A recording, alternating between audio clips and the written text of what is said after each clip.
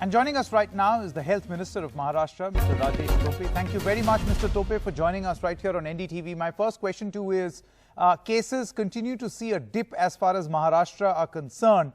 But would you want to call it a victory just yet? Because clearly we've had a very terrible example of declaring it an end game. We cannot really say that this is a victory because yes, we are trying very hard day in and day out.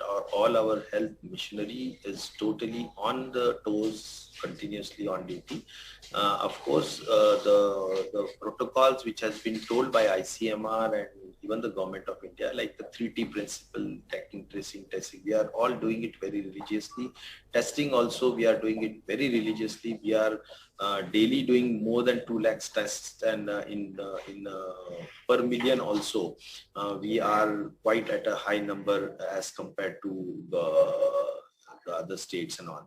So the important principle which we had followed since beginning is honesty and transparency. We had never hidden anything from public and from government of India.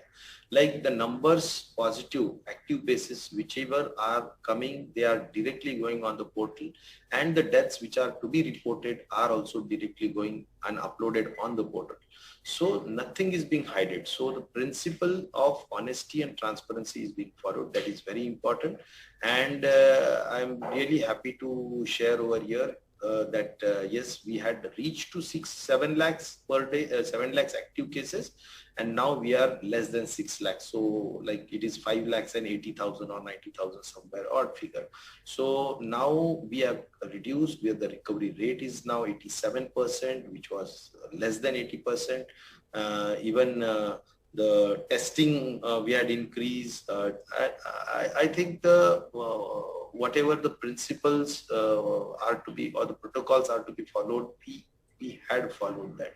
And now our position is in 12 to 13 districts, there is a declining, continuous declining trend. And in some of the districts, yes, of course, there are issues at present in some of the western Maharashtra districts, but we are continuously on the work that how to contain the virus.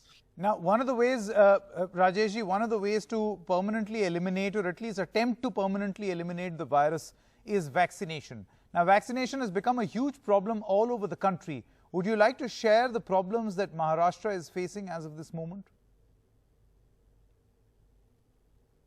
Yeah, of course, vaccination is a very crucial point which you have really mentioned, and that is like, we believe that by vaccination only we can really win this victory, or we can really contain this virus.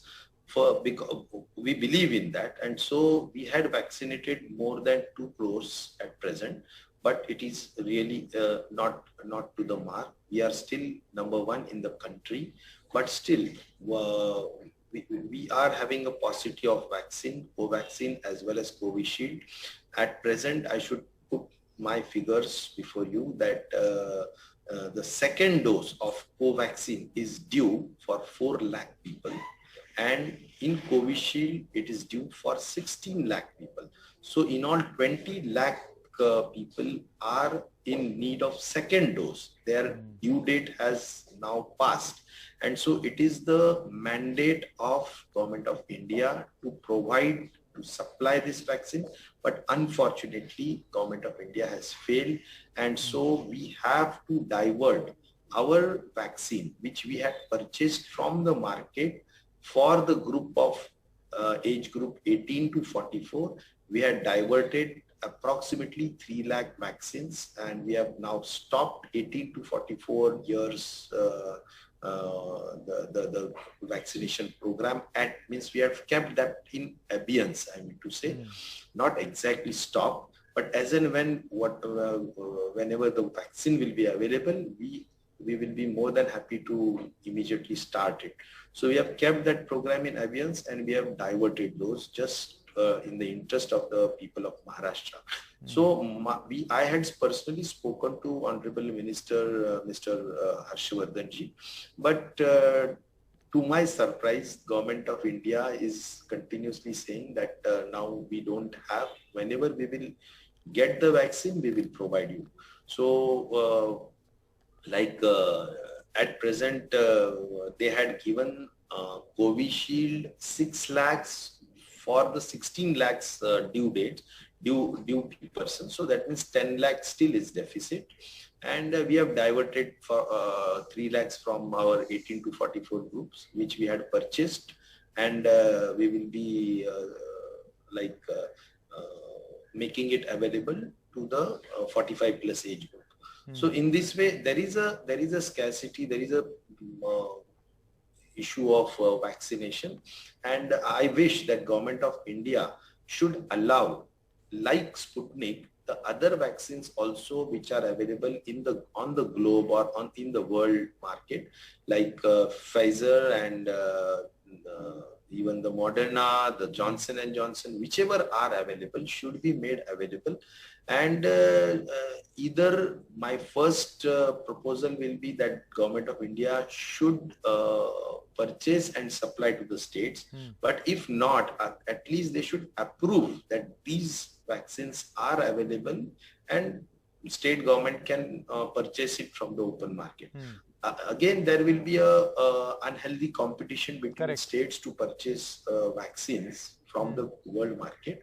So it will again not be a good proposal, but still, as like the state government should at least be allowed to purchase, and they should approve the vaccines other than the Sputnik. Like Sputnik, they have approved. We had approached Sputnik as well, but Sputnik has not responded even for the schedule which we are seeking from them, and also the price which they should have quoted. But